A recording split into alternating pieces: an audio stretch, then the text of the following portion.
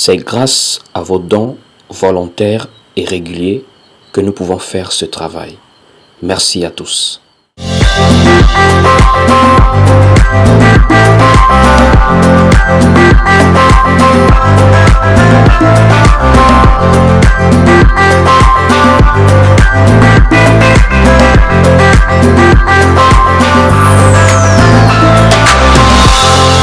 Ce soir, nous partageons sur l'Église. Mais notre thème, c'est comme un grand thème, c'est la saine doctrine. Et notre sous-thème ce soir, c'est l'Église. L'Église peut avoir plusieurs représentations par rapport à la saine doctrine. L'Église, c'est le peuple de Dieu. L'Église, c'est l'appui et la colonne de la vérité. L'Église, c'est la maison de Dieu. L'Église, c'est la porte des cieux. L'Église, c'est le corps de Christ. L'Église, c'est le temple du Saint-Esprit. Tout ceci, c'est pour dire à quelqu'un que l'Église n'a rien à voir avec les organisations religieuses que nous avons aujourd'hui. L'Église n'a rien à voir avec les organisations religieuses que nous avons aujourd'hui. Et c'est ça le problème avec nous et les gens. Par exemple, il y a une vidéo qui a été postée sur ce compte où je disais: où a-t-on vu dans les Écritures Paul ou Pierre donner un nom à une assemblée? Quelqu'un a posé une question. Est-ce que l'Église doit ne doit pas se soumettre aux autorités? Parce que quand on met les noms aux églises, c'est qu'on se soumet aux autorités. C'est la question. La question est bien posée. Ce n'est pas que c'est une mauvaise question. C'est une question logique. Parce que de nos jours, il faut aller faire reconnaître toute forme de mouvement où on regroupe les gens. Que ce soit l'église, que ce soit d'autres mouvements associatifs, il faut aller au moins se faire reconnaître par les autorités. C'est bien, c'est pas mauvais. On est en accord avec les autorités qui ont été établies par le Seigneur. C'est écrit qu'on doit être soumis aux autorités. Je ne refuse pas. Maintenant, on va aller doucement dans cette affaire d'autorité-là. Premièrement, est-ce que l'Église est une organisation? Première question que je pose. Est-ce que l'Église est une organisation? L'Église n'est pas une organisation. L'Église n'est pas une organisation. Si quelqu'un veut par exemple ouvrir une ONG, ouvrir une association, ouvrir un parti politique, la personne crée la chose. La personne élabore la chose. La personne schématise la chose. C'est pour cela que tout commence par le nom. Le nom montre l'identité de la chose. Quand on parle d'une organisation qui passe et fait reconnaître auprès des autorités, c'est une organisation qui a été pensée, conçue, bien mis, élaborée par quelqu'un, par l'intellect de quelqu'un, par l'idéologie qui vient d'une personne ou d'un groupe de personnes. Donc quand nous disons par exemple nous sommes une ONG, on a une charte, on a des règlements, on a des choses qu'on met en place. C'est à base de ça, on cherche un siège, on cherche des représentants et on se met maintenant en partenariat avec l'État ou encore on se fait reconnaître par l'État. Qu'est-ce que ça veut dire? Ça veut maintenant dire l'État a maintenant un droit de regard sur ce qu'on fait. L'État a maintenant un droit de regard sur ce qu'on fait. Parce que l'État a une autorité discrétionnaire. L'État a une autorité pour pouvoir dissoudre des organisations, par exemple. Pourquoi? Parce que l'État a d'abord un mot à dire par rapport au fait que l'État vous connaît en fonction des statuts que l'État a donnés. L'État dit, pour qu'une organisation soit reconnue, il faut par exemple un président, il faut un nom, il faut un siège, il faut. C'est pas mauvais. Jusqu'à présent, c'est pas mauvais. Seulement, le problème c'est quand l'État là commence à vouloir nous imposer des choses qui vont à l'encontre de la saine doctrine. C'est là le problème.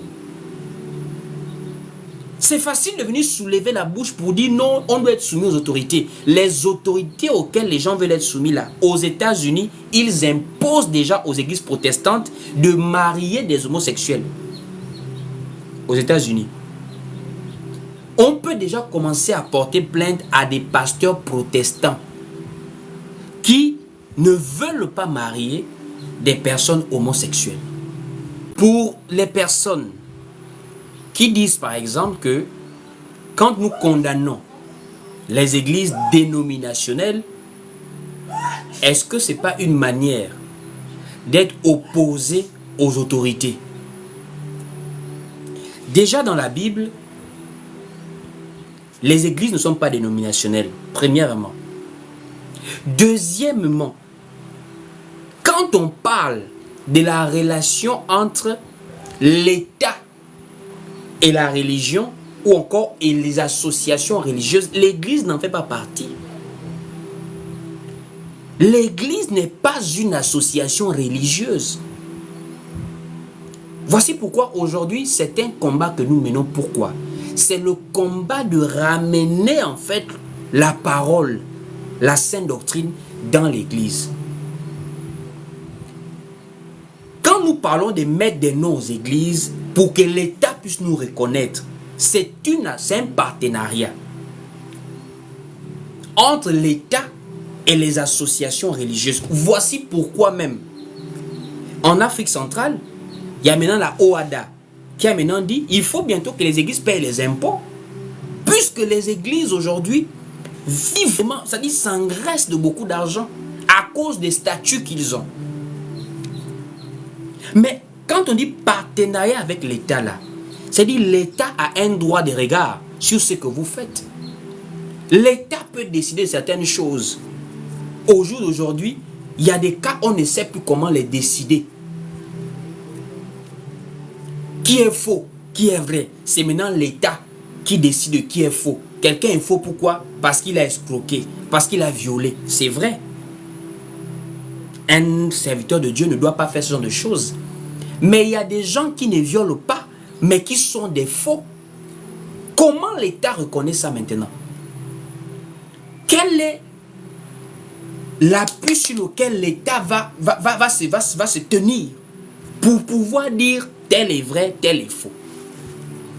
Partenariat qu'on veut faire maintenant avec l'État. Au temps des apôtres, Rome régnait sur Israël, sur Jérusalem. Mais Rome, les autorités romaines, ni même les autorités religieuses juives ne reconnaissaient l'Église. L'Église n'était pas reconnue à Jérusalem. Voici pourquoi à Jérusalem, ils se réunissaient beaucoup dans des maisons.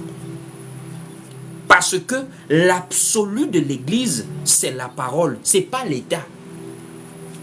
Voici pourquoi aujourd'hui, les gens sont maintenant obligés de mettre des noms. Parce que leur absolu, c'est devenu l'État. Les gens ont maintenant besoin d'avoir des méga churches. Les gens pour se rassembler dans des maisons, c'est pas bon. Si on se rassemble chez moi, en quoi est-ce que l'État va venir m'imposer de mettre un nom devant ma maison? C'est parce que simplement, les gens ne sont pas retournés au modèle qui est dans la Bible. Les gens ont évolué avec le monde. Et quand ils évoluent, ils arrivent à une époque où l'État demande des noms pour pouvoir vous distinguer. Vous êtes à plusieurs. Un seul pays comme le Gabon, je ne compte pas le nombre des milliers d'églises que nous avons. C'est normal. Vous embrouillez l'État. Vous prétendez être de l'église de Christ, mais chacun de vous a son nom différent. Et votre raison, soyons soumis aux autorités. Si les autorités là vous disent, comme aux États-Unis, un pasteur protestant peut être poursuivi parce qu'il refuse de marier un couple homosexuel. Qui a décidé ça? Les autorités américaines. Vous qui voulez vous soumettre aux autorités n'importe comment là, c'est la seule raison que vous avez maintenant. Je vous pose la question, aux États-Unis là-bas, comment allez-vous faire? Là-bas, c'est l'autorité qu'on appelle État qui décide. qu'il faut maintenant que les homosexuels soient libres d'aller se marier, peu importe l'église. On doit les marier, on ne doit pas les discriminer. C'est une minorité qu'on ne doit pas discriminer, c'est l'État qui fait ça. Alors que l'apôtre Pierre, avec les autres, ils ont répondu aux autorités de Jérusalem, il vaut mieux obéir à Dieu plutôt que d'obéir aux hommes. Il vaut mieux obéir à Dieu plutôt que d'obéir aux hommes. C'est pas mauvais d'être soumis aux autorités. Ce qui est mauvais, c'est que les autorités finissent par nous demander de faire des choses qui sont anti-parole de Dieu. C'est ça le problème avec l'affaire des autorités là. Autre chose, c'est ce que l'Église aujourd'hui doit représenter. On a déjà parlé de long en large à plusieurs reprises sur plusieurs lives de qu'est-ce qu'est l'Église. Beaucoup d'entre vous connaissent déjà en bref ce que c'est que l'Église. L'Église, c'est la maison de Dieu. L'Église, c'est le corps de Christ. On le sait. Mais, qu'est-ce que l'Église représente aujourd'hui? La moralité, c'est ce qu'on ne voit plus de nos jours. La moralité. Quand on parle d'église, quand on parle des pasteurs, quand on parle des chrétiens, le problème aujourd'hui, ce n'est pas une affaire de non, pas non, bâtiment, pas bâtiment. Le problème, c'est que qu'est-ce que l'église incarne encore aujourd'hui? Pourquoi beaucoup de païens sont découragés des églises là? Mais c'est parce que quand ils voient l'église, ils ne voient plus un modèle à suivre. C'est ça la réalité. Quand les païens voient l'église, ils ne voient plus un modèle à suivre. Parce que l'église a perdu la moralité qu'elle devait incarner aujourd'hui. Je parle de la fausse église, pas de la vraie église. Parce que la vraie église, elle est conduite par le Seigneur. Mais je parle de l'église bâtiment, le système religieux dans lequel nous sommes là, du dimanche là. Chacun va dans son assemblée là, les gens sont contents. Tu ris, tu es content. Alors que si tu t'assois, on te pose la question, qu'est-ce que l'église représente? Toi-même, tu ne sais même plus ce que l'église représente. C'est ça le problème. Moi, je discute avec beaucoup de gens. Hein. Je discute avec beaucoup de gens chaque jour. Le problème, c'est pas de venir à l'église. Il y a des gens, vous les voyez dans le monde là, ils veulent venir. Le problème de nos jours, c'est ce que l'église représente sur la terre. Le niveau de moralité que l'église du 1er siècle avait au temps des apôtres, le niveau de saine doctrine que les apôtres vivaient et notre niveau en 2024, c'est comme le jour et la nuit, quoi. Nous, aujourd'hui, maintenant, on nous taxe des vieux. Quelqu'un a mis un commentaire qui m'a un peu choqué. Il y a des moments où je me demande, est-ce que c'est parce que les gens ne sont pas très instruits? Excusez-moi, quoi. Ça veut dire chacun a son niveau d'études, je respecte cela. Mais je me demande, comment quelqu'un peut confondre le niveau de vie et le mode de vie? Comment quelqu'un peut confondre ça? Donc, le fait de dire que les femmes doivent s'habiller d'une manière décente, le fait de dire on ne met pas les noms devant les bâtiments, c'est pas ça l'église. L'église n'a pas de nom. C'est le Seigneur qui donne le nom à l'église, c'est pas un être humain. Et nous sommes juste église, épouse, parole. Nous portons la parole. Il n'y a pas de nom Alliance chrétienne ou Bethsaïda ou je sais pas moi, chapelle.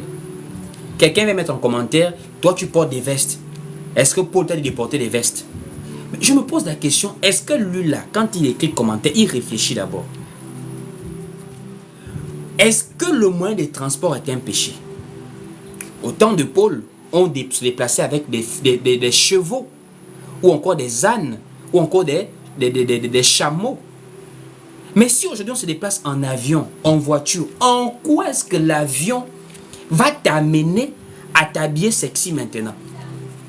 En quoi est-ce que l'avion va maintenant t'amener à vivre différemment par rapport à la doctrine de l'apôtre Pierre, de la sœur Marie, sœur Dorcas et toutes ces personnes qui ont vécu au 1er siècle à l'église primitive? Ne confondez pas le niveau de vie et le mode de vie. C'est comme quelqu'un, il était pauvre. il dormait à 20 heures. Parce qu'il croyait que c'est une éducation. Donnez-lui 2 milliards. C'est quand quelqu'un a des moyens qu'on connaît la vraie nature des gens. L'humilité du pauvre là, c'est pas la vraie humilité. Quelqu'un qui est pauvre, il n'est pas humble. Il est juste faible. Donnez-lui de l'argent. Vous allez comprendre la véritable nature de la personne. Vous avez vu quelqu'un de pauvre qui est orgueilleux, quelqu'un de pauvre qui est nerveux, qui est arrogant.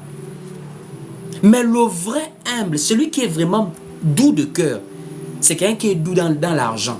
Vous donnez 1 milliard, il continue toujours à dormir à 20 heures. Parce que lui, son heure de sommeil, ça n'a rien à voir avec le niveau social. C'est une valeur chez la personne. C'est comme il y a des hommes. Ils sont fidèles à leur femme là, parce qu'ils n'ont pas beaucoup d'argent. Donne-lui de l'argent. Tu vas connaître si lui il est vraiment fidèle. Il y a des gens, il y a des femmes vraiment, vous ne savez pas que vos maris que vous voyez là. C'est pas pour dénoncer les hommes, hein. Mais beaucoup des hommes là, c'est pas fidélité du cœur. C'est fidélité de la condition de la personne. Quelqu'un veut bien tromper. Mais pour tromper là, il faut avoir l'argent. Le dehors est mauvais. Aujourd'hui là, même la femme du dehors, elle demande de l'argent. Donc tu as une charge à la maison, tu as une charge dehors. Donc la personne est obligée de devenir fidèle parce qu'il n'a pas assez d'argent pour avoir une autre femme dehors. Ça, c'est ce qu'on appelle de l'hypocrisie. Donc il reste à la maison, il est fidèle pas parce que c'est une valeur chez lui. Il est fidèle parce qu'il n'a pas assez de moyens. Et c'est comme ça aussi que nous voyons l'Église dans les derniers temps. Apocalypse nous révèle qu'il y a une Église qui se prétend riche. On va lire cela. Le livre d'Apocalypse chapitre 3 à partir du verset 14. Apocalypse chapitre 3 dès le verset 14. On dit ici, écrit à l'ange de l'église de Laodicée, voici ce que dit l'Amen, le témoin fidèle et véritable, le commencement de la création de Dieu. Je connais tes œuvres. Je sais que tu n'es ni froid ni bouillant. Puisses-tu être froid ou bouillant. Ainsi, parce que tu es tiède et que tu n'es ni froid ni bouillant, je te vomirai de ma bouche. Parce que tu dis, je suis riche et je me suis enrichi et je n'ai besoin de rien. Et parce que tu ne sais pas que tu es malheureux, misérable, aveugle et nu, pauvre. Ça, c'est une église qui est riche d'apparence, mais qui est pauvre parce qu'elle n'a pas la parole qui est la véritable richesse. C'est aussi comme ça que vous voyez beaucoup de gens aujourd'hui là, par rapport à l'église. Les gens ont maintenant noué la parole dans l'évolution, dans la modernité. Parce qu'on est maintenant au 21e siècle, on doit laisser les femmes prêcher. Parce qu'on est maintenant au 21e siècle, on doit laisser les femmes s'habiller comme elles veulent. On doit maintenant laisser les femmes faire le maquillage. Elles doivent maintenant avoir les lèvres bleues, les tissages orange. Elles doivent maintenant mettre des lentilles vertes dans les yeux. Parce qu'on est au 21e siècle. Donc au 1er siècle, ce n'est pas parce que c'est la parole. Le 1er siècle, pour eux, c'est parce qu'il n'y avait pas ça. Vous voyez un peu l'église du 21e siècle. Eux, ils pensent que les apôtres respectaient la parole à cause de la pauvreté. Et que nous, on peut maintenant mettre des lentilles aux yeux parce qu'on est riche. L'église du 21e siècle n'incarne plus la morale. Il n'y a plus de morale. Aujourd'hui, nous voyons des gens, elle est chrétienne, mais c'est elle-même qui encourage à sa fille d'avoir petite amie. C'est elle-même, hein. Ça veut dire, c'est pas que c'est la fille qui aime, c'est la mère qui encourage la fille à avoir des bons amis. Pas 1, 2, 3, des bons amis. Parce que pour elle, on est au 21e siècle, les jeunes ont des copains. Ils ont des copains. Alors que l'apôtre Paul nous fait comprendre qu'il y a la fille vierge et la femme mariée. Il y a la jeune fille qui est vierge qui attend le mari dans la maison de son père. Il y a la femme mariée. Voici pourquoi Paul dit que celle qui n'est pas mariée s'occupe des choses du Seigneur. Elle reste sainte de corps et d'esprit parce qu'elle s'occupe des choses du Seigneur.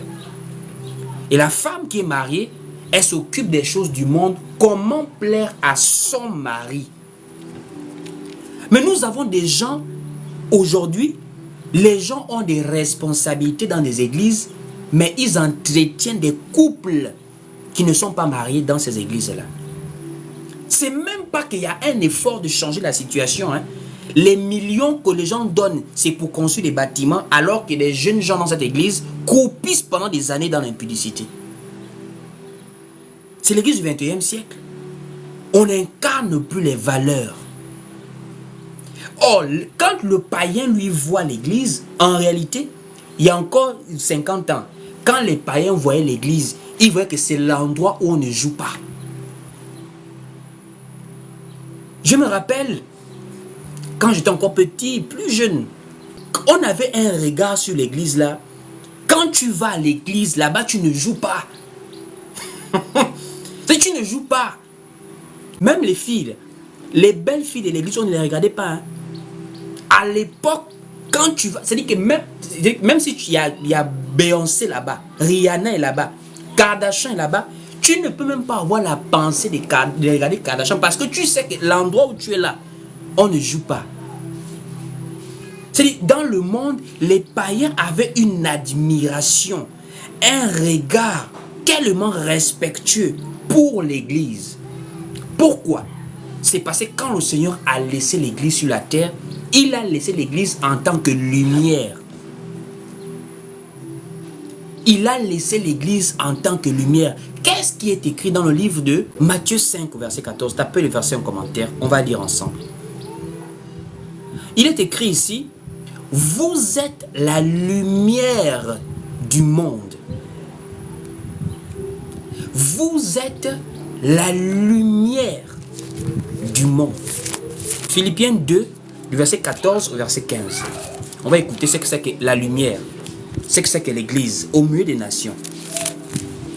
Faites toutes choses sans murmure ni hésitation, afin que vous soyez irréprochables et purs, des enfants de Dieu irrépréhensibles au milieu d'une génération perverse et corrompue, parmi laquelle vous brillez comme des flambeaux dans le monde. Est-ce qu'on comprend souvent ce genre de versets-là? Je vais quand même relire, peut-être qu'on n'a pas compris. Je lis Philippiens 2, du verset 14 au verset 15. Il est écrit ici, faites toutes choses sans murmure ni hésitation, afin que vous soyez irréprochables et purs, des enfants de Dieu irrépréhensibles, au milieu d'une génération perverse et corrompue, parmi laquelle vous brillez comme des flambeaux dans le monde. Vous brillez comme des flambeaux dans le monde. Frères, l'Église est ce groupe de personnes qui devait rester avec la morale. L'Église incarne ce petit peuple-là en 2024 qui décide de marcher avec la morale. La morale. Vous savez, en réalité, l'une des choses qui distingue aussi beaucoup les enfants de Dieu avec les enfants du monde, c'est la morale. On n'est tous pas imparfaits. On fait tous des erreurs. Mais je parle du niveau de morale. Quand vous n'avez plus ça, c'est fini. Vous n'êtes plus différent des autres. C'est le niveau de morale que vous avez qui vous amène à vous ralentir, même quand vous voulez faire du mal. La morale. Comment en est-on arrivé au niveau où des sœurs dans les églises, sortent avec des hommes mariés dehors? Comment en est-on arrivé là? Une femme qui chante, une femme qui prie, elle est intercesseuse, mais elle sort avec le mari d'une autre femme. Elle est maîtresse d'un homme marié, mais elle est dans l'église et elle est en paix. L'erreur est humaine, mais je parle de elle est en paix de ce qu'elle fait. Satan a détruit le niveau de moralité aujourd'hui. La moralité a été détruite. Ce qui est bizarre, c'est que ce sont les mêmes gens. Ce sont les mêmes gens. Quand on dit habillez-vous d'une manière décente, elles vont dire ah, le monde a évolué. Mais quand les mêmes veulent chercher l'argent de la dot, les répartent maintenant dans la Bible, en plein dans la Bible. Les mêmes personnes, quand on leur dit la virginité là, c'est dans le mariage que ça passe découvrir, que ça passe de connaître. On part dans le mariage étant vierge. Pour elle, ah, ça c'est le 1er siècle, on a évolué. Mais pourquoi est-ce que quand il s'agit maintenant de la dot, vous répartez au 1er siècle? Évoluez maintenant à tous les niveaux. Puisque vous voulez suivre les Occidentaux, eux là-bas, il n'y a pas de dot. Vous voulez être comme les Occidentaux, non. Là-bas, il n'y a pas de dot. Mariez-vous sans dot maintenant. Puisque la dot dans la Bible, c'est pour les vierges. C'est la virginité qu'on dotait. En Israël, c'était la fille vierge qu'on dotait. Il y avait la dot des vierges. Voici pourquoi, quand un homme sortait avec une femme, s'il ne l'épouse pas, il doit au moins payer la dot des vierges. Il doit au moins payer ça. Voici pourquoi les parents éduquaient les jeunes filles de telle sorte à ce que le mari qui viendra l'épouser la trouve étant vierge. Parce que c'est ce qui faisait l'honneur d'une femme. En fait, une femme était qualifiée par rapport à sa capacité de demeurer sainte, pure, jusqu'au mariage. Mais nous, ici, aujourd'hui, en 2024, on qualifie les femmes parce qu'elle a l'expérience. On la qualifie parce qu'elle a beaucoup fait l'école. On la qualifie parce qu'elle est belle. Frère, il n'y a plus la moralité. Il n'y a plus la moralité. Au 1er siècle, Paul et Pierre ont rappelé, ils ont rappelé aux femmes, habillez-vous de manière décente. Au 21e siècle, il y a un soi-disant prophète qui était monté sur mon live il y a quelques jours là pour me dire, dans 1 Samuel, Dieu dit il ne voit pas l'extérieur, il voit le cœur. C'est un soi-disant prophète ce monsieur-là. Il n'y a plus la moralité. Il n'y a plus la morale. Quand on parle d'église, ça fait fouille maintenant les gens. Les gens fouillent maintenant les églises. Moi, je vous le dis. Les gens fouillent maintenant les églises. Il y a des gens qui préfèrent maintenant rester dans leur maison plutôt que d'aller dans les églises. Parce que quand il va là-bas, il a l'impression qu'il va trouver pire même que dans sa propre maison où il part là-bas. C'est grave. C'est maintenant dans les églises qu'on détruit les couples là-bas. Qu'on détruit les couples. Pourquoi? Le pasteur veut que ta femme le respecte plus que toi-même son propre mari. C'est-à-dire, moi, ma femme, elle respecte le pasteur plus que moi. Mais il faut être malade pour faire ça. Même moi-même qui prêche la parole là, votre femme ne peut pas me respecter plus que vous. Le livre de 1 Corinthiens 11 dit que la femme doit avoir une marque de l'autorité dont elle dépend. L'autorité de la femme, c'est l'homme. L'homme est le chef de la femme, ce n'est pas le pasteur. Je ne suis pas l'autorité première de la sœur Grâce ou de notre sœur. C'est d'abord ton mari. Et nous tous, nous sommes soumis à Dieu. Dieu, il est au ciel, il nous commande, nous tous. Sur la terre, c'est la parole qui est au milieu du couple. Dans un bon couple chrétien. Et l'homme est le chef de la femme. Il y a des gens, c'est dans les assemblées qu'on les a divisés. La moralité est basse.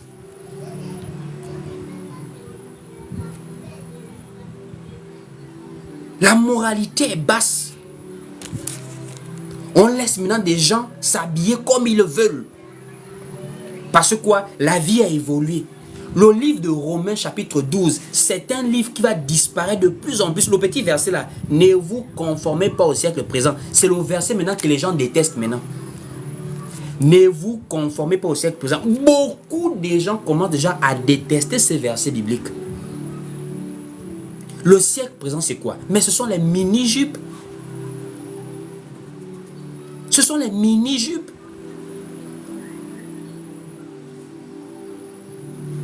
vois vraiment femme en train de prêcher, de danser. Mais la jupe qu'elle porte, c'est-à-dire elle-même dans sa conscience, Satan vraiment, il t'enlève vraiment ce qu'on appelle la moralité, quoi.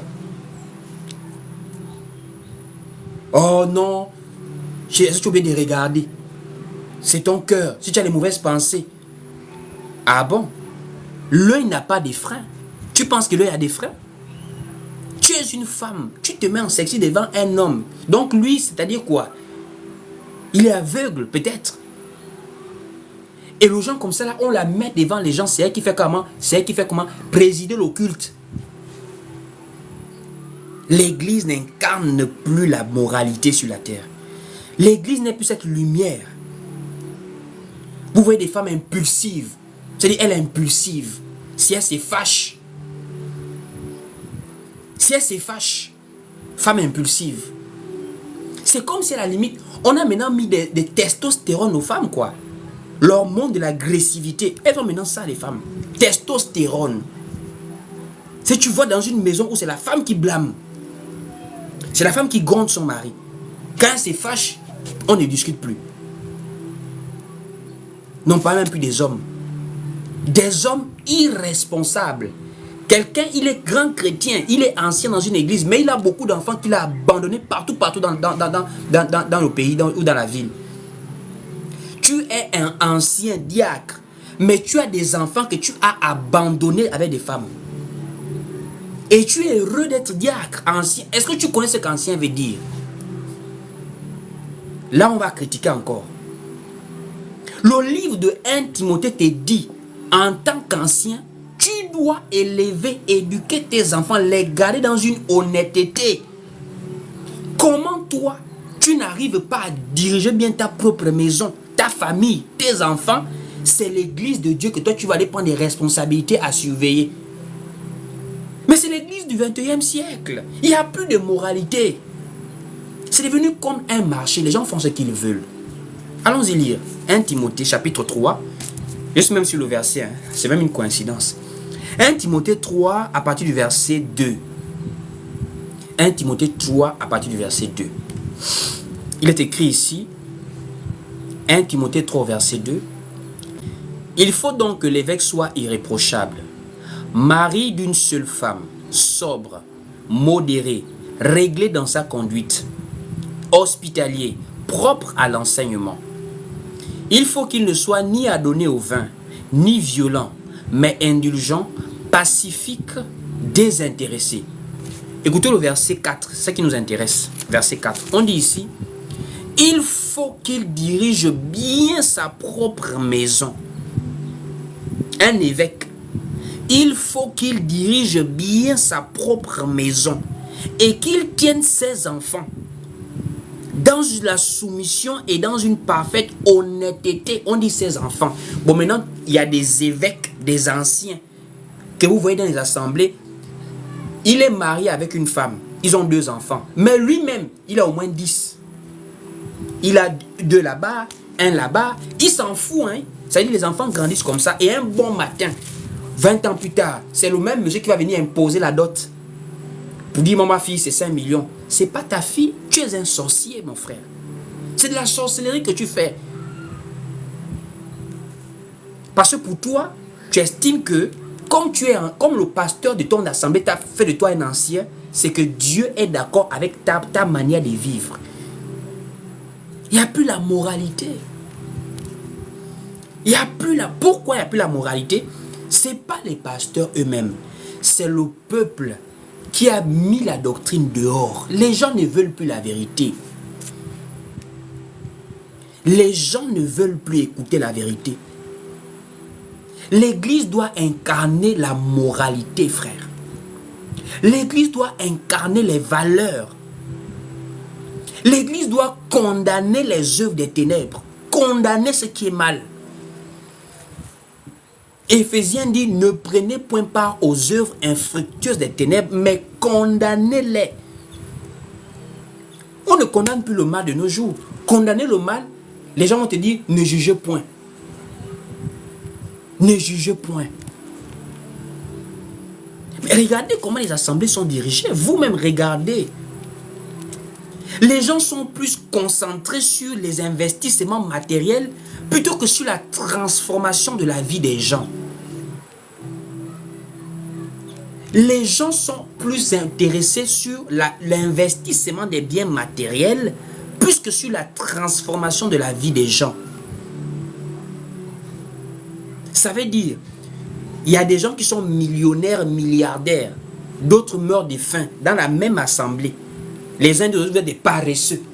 Et l'autre dit aux autres, vous êtes des orgueilleux. Dans la même assemblée, il n'y a plus l'entraide. Pourquoi? Parce que même le peu qui est donné là, c'est pour construire des méga churches, des cités, acheter des jets privés. Alors qu'il y a des gens qui veulent se marier mais qui n'ont pas de moyens. Des gens qui ont des idées mais qui ne peuvent pas entreprendre. Il n'y a pas le soutien. Il y a des veuves et des orphelins, des nécessiteux. Mais qu'est-ce qu'on fait maintenant? En fait, l'église, c'est maintenant devenu le chacun pour soi, Dieu pour tous. On rentre, chacun vient de son endroit, on se réunit là. Quand ça finit, le culte finit là, chacun ressort comme il est venu. Chacun ressort comme il est venu. Voici pourquoi tout ce qui a été mis en place aujourd'hui, c'est un système, frères et sœurs. C'est un système. Et tout commence par la manière dont les gens ont ajouté à la parole. Et tout ça a commencé quoi? Avec le bâtiment. Voici pourquoi je ne condamne pas le bâtiment. Le bâtiment n'est pas un péché. Mais la pensée du bâtiment a créé la religion en fait. C'est la pensée bâtiment qui a créé la religion que vous voyez de nos jours. Si vous avez le numéro de votre pasteur, appelez-le. S'il a TikTok, demandez-lui avec beaucoup de respect qu'il se connecte et qu'il vienne sur ce live-là. Devant vous, qu'il vienne un peu m'expliquer pourquoi il a mis non sur le bâtiment où vous priez le dimanche. Pourquoi il vous demande de lui donner la dîme chaque fin du mois. Si votre pasteur a TikTok, faites-lui une invitation, invitez le pasteur, invitez-le, il va venir sur le live. Il va nous expliquer pourquoi vous lui payez la dîme. Pourquoi vous lui donnez ça chaque fin du mois. Dans l'église des Actes des Apôtres, là, l'église que Jésus a laissée, est-ce qu'il a un exemple d'un apôtre qui a prélevé la dîme? Il n'a pas. Il va aller fouiller loin dans Malachie pour venir t'effrayer avec mettez-moi à l'épreuve. Est-ce que l'argent que les gens donnaient à l'église primitive, c'était pour construire des méga churches? C'était pour rendre les pasteurs milliardaires. Je ne refuse pas que vous puissiez bénir l'homme de Dieu, c'est pas mauvais. Mais quand on arrive à un niveau où c'est plus pour le bien commun qu'on fait des choses, mais c'est pour un groupe d'individus, là ça devient un problème. Et tout commence avec la religion qui est venue avec le bâtiment. Il faut un bâtiment, il faut des carreaux, il faut la clim, il faut l'étage, il faut.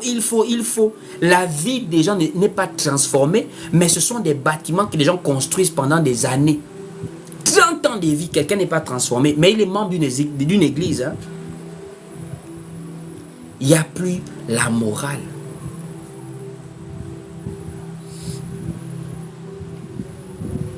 Il n'y a plus la morale.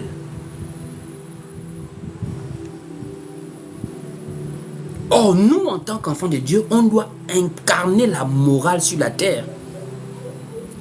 D'un jour, des femmes, vous voyez maintenant, si mon mari me trompe, je trompe. Si mon mari me trompe, je trompe. C'est maintenant le langage des femmes. Ce qui m'étonne, une païenne, je peux comprendre. Une païenne, je peux comprendre. Ce qui me surprend, c'est que des gens qui ont ce langage, ce sont des chrétiennes. Elle prie, hein, elle prie beaucoup. Elle prie. Elle est sincère quand elle prie. Mais, si son mari la trompe, elle aussi elle va tromper. En fait, les gens, je ne sais pas, c'est-à-dire, les gens vraiment, hein, ils sont arrivés à un niveau que dans bientôt, les gens vont fermer les Bibles là. Je vous assure que dans bientôt, les gens vont fermer les Bibles là. Ils vont maintenant marcher à leur pensée. Parce que quand on vous parle, vous pensez qu'on veut vous discriminer. La femme adultère qu'on a amenée au pied de Jésus là, où était l'homme avec lequel elle faisait l'adultère là? On l'a attrapé en plein flagrant. On ne l'a pas soupçonné. On n'a pas fait des ragots. On l'a attrapé dans le délit d'adultère. Mais posez-vous la question un peu, où était le monsieur avec qui elle faisait ça? Ça ne vous a jamais remonté la question là? Mes sœurs, venez quand même. Est-ce que ça ne vous a jamais remonté la question que où était le monsieur avec qui la femme faisait ça? On ne l'a pas attrapé seul. On l'a attrapé en plein flagrant. Donc, elle est en train de sortir avec un homme. Vous pensez que la parole de Dieu est là pour le sentiment? Vous, oh, moi j'ai mal au cœur, mon mari m'a trompé. Ce n'est pas le sentiment, ma soeur. C'est la saine doctrine. Ça ne vient pas pour te discriminer. Ça vient pour ramener la vérité d'abord dans son contexte. L'émancipation de la femme va t'amener à dire mon mari me trompe, moi aussi je le trompe. Parce que l'adultère de la femme est grave. La femme, hein, c'est le réceptacle. La femme, c'est elle qui porte la vie dans la maison. C'est la femme qui bâtit la maison. Une fois qu'une femme a déjà déshonoré une maison, la femme, ce n'est pas seulement le mari, c'est toute une famille. Ce sont tes enfants, c'est ton foyer. C'est ton honneur. C'est-à-dire que vous ne comprenez pas le niveau de gravité que ça fait que quand une femme est légère, une femme légère est une femme, ça veut dire que c'est grave. Mais aujourd'hui, en 2024, ce sont les mêmes sœurs qui chantent. Elles sont dans les églises, elles chantent, elles prient, elles évangélisent. Mais elle dit dans sa bouche, si le mari me trompe, moi aussi je trompe. Ce n'est pas dans la Bible, hein. Mais c'est dans l'évolution du monde. L'église du 21e siècle. Plus de valeurs. Plus de valeurs. Ce sont les mêmes qui combattent la polygamie. Ce sont les mêmes qui sont les plus insoumises dans leur maison. Qu'est-ce qui rend les hommes polygames? C'est généralement des insatisfactions dans le foyer. Moi-même, je n'encourage pas la polygamie. Je suis pour la monogamie.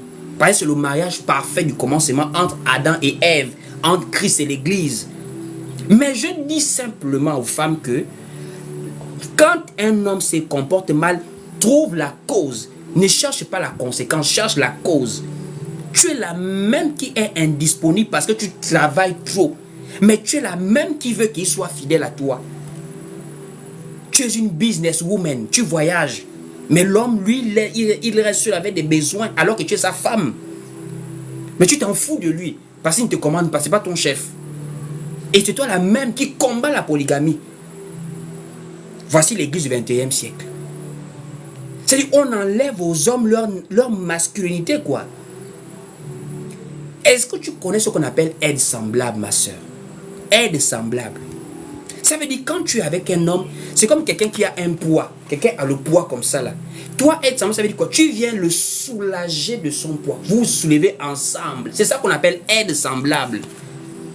Tu ne viens pas pour davantage le charger. Tu viens pour l'alléger, pour l'aider à porter la vision, pour l'aider à porter l'objectif, pour l'aider à marcher. C'est ce qu'on appelle aide semblable. Adam travaillait en Éden. Quand Ève est arrivée pour l'aider. Ève n'est pas arrivée pour le faire encore davantage peser. Mais toi, tu pars dans le foyer d'un homme, tu deviens maintenant AVC pour l'homme là. AVC. Toi, femme, au lieu de devenir même, au lieu de l'alléger, tu deviens maintenant AVC pour quelqu'un.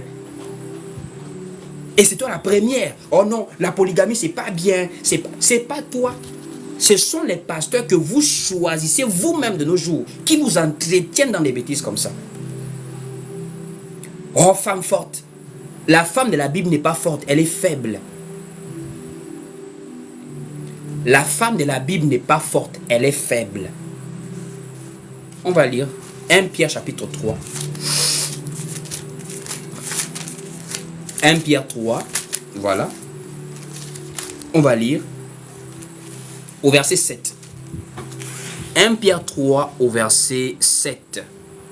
Il est écrit ici: Marie, montrez à votre tour de la sagesse dans vos rapports avec vos femmes, comme avec un sexe plus faible,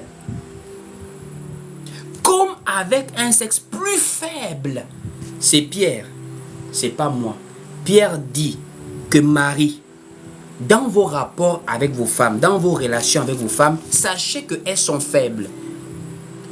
En fait, quand la femme connaît sa position, ça amène l'homme à connaître sa position. Si la femme me montre qu'elle est faible devant moi, ça va me montrer, ça va m'amener à être fort devant elle, à la protéger, à l'aimer, à la nourrir, à prendre soin d'elle. Deux forts ne marchent pas ensemble. Deux lions ne cohabitent pas ensemble. Mais de nos jours, vous avez des femmes fortes. Vous avez dit l'homme est fort, la femme est forte. Mais deux forces, c'est un fracas dans la maison. Fracas. L'homme dit A, la femme dit B. Pour que l'homme puisse t'aimer, il faut que tu l'amènes à prendre. En fait, je ne sais pas si c'est parce qu'on ne vous conseille pas bien. Vous savez, mes soeurs, il faut amener les hommes à prendre leurs responsabilités. Moi, je préfère une femme qui me dit, bon, Willy, c'est toi qui travailles. Prends soin de moi. Et moi, je vais m'occuper de la maison, de tout comme tu veux. Mais au moins, c'est toi l'homme fort. Ma nourriture, c'est toi. Mon vêtement, je préfère. Moi, en tout cas, je préfère. Je préfère que c'est ma responsabilité à moi de te nourrir, de te donner à manger, de te loger, de t'habiller, de tout te faire. Parce que le fait que tu reconnaisses que tu es femme faible par rapport à la parole, tu te soumets à moi, ça va aussi m'amener à prendre mes responsabilités. Mais si tu me montres que tu es fort, comme moi je suis fort, chacun a sa catégorie dans sa force. C'est ce qui fait la bousculade dans les couples. Les gens ne connaissent plus leur position.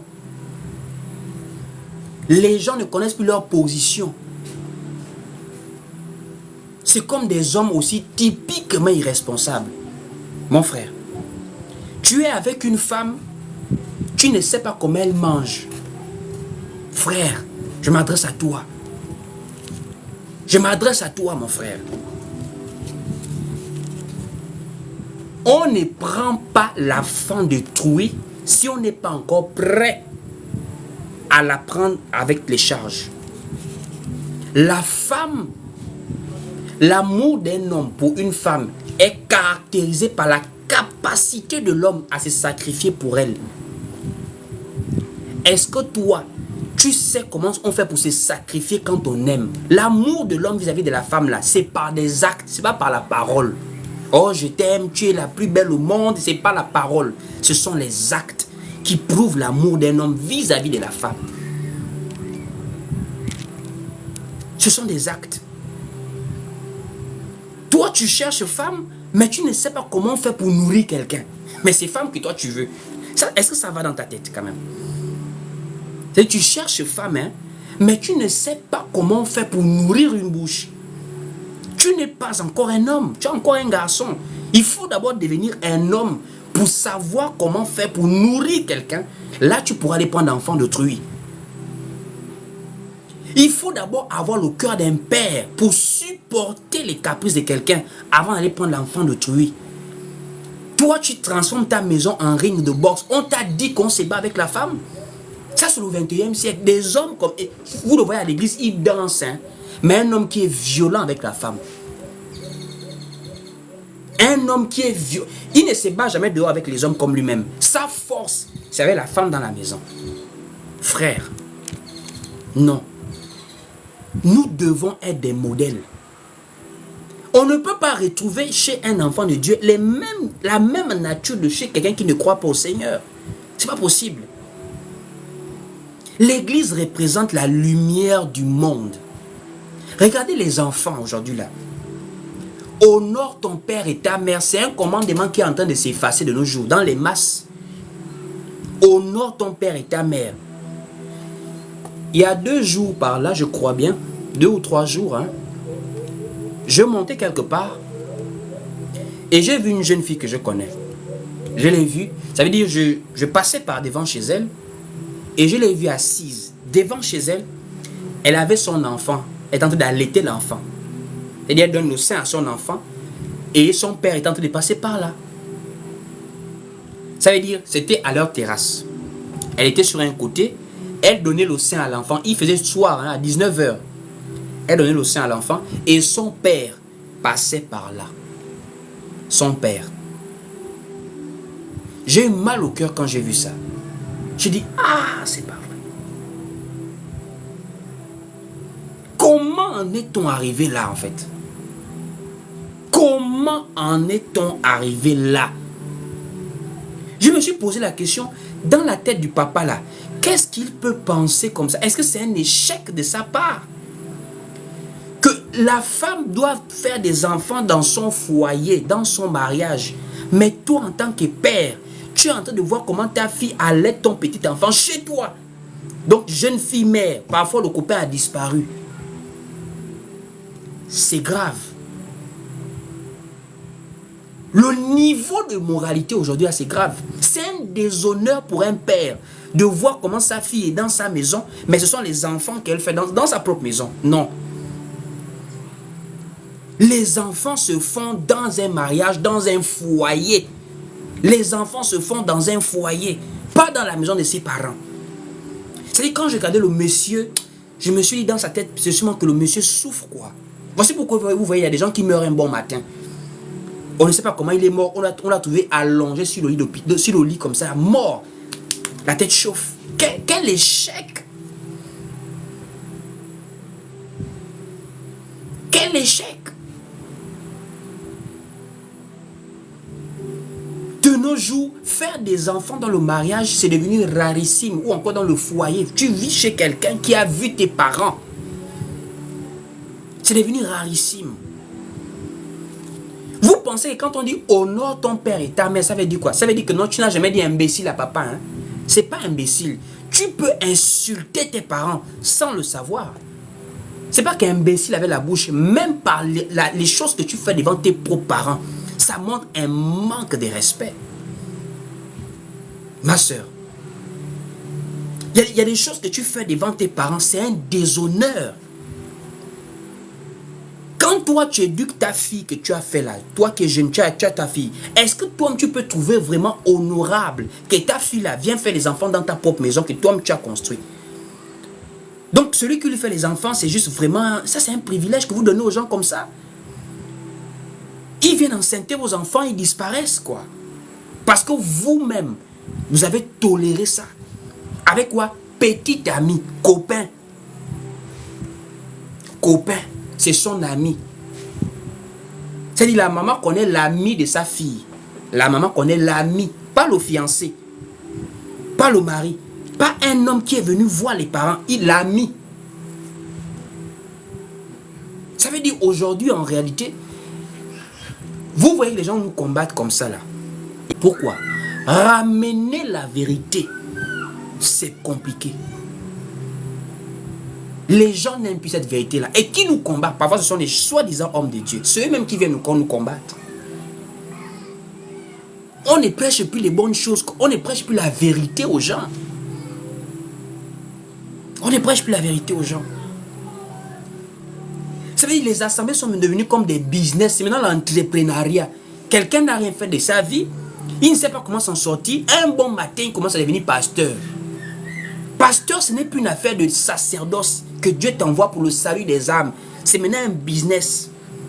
C'est-à-dire que quelqu'un ne sait plus comment s'en sortir. Il prend une Bible, il parle un peu bien, il commence à réunir les gens. Et ce sont des gens qui sont dans le conformisme à un haut niveau comme ça là. Conformisme à un haut niveau. Dis la vérité de nos jours là. Tu vas être rejeté par des gens. Il n'y a plus la moralité. Il n'y a plus la moralité.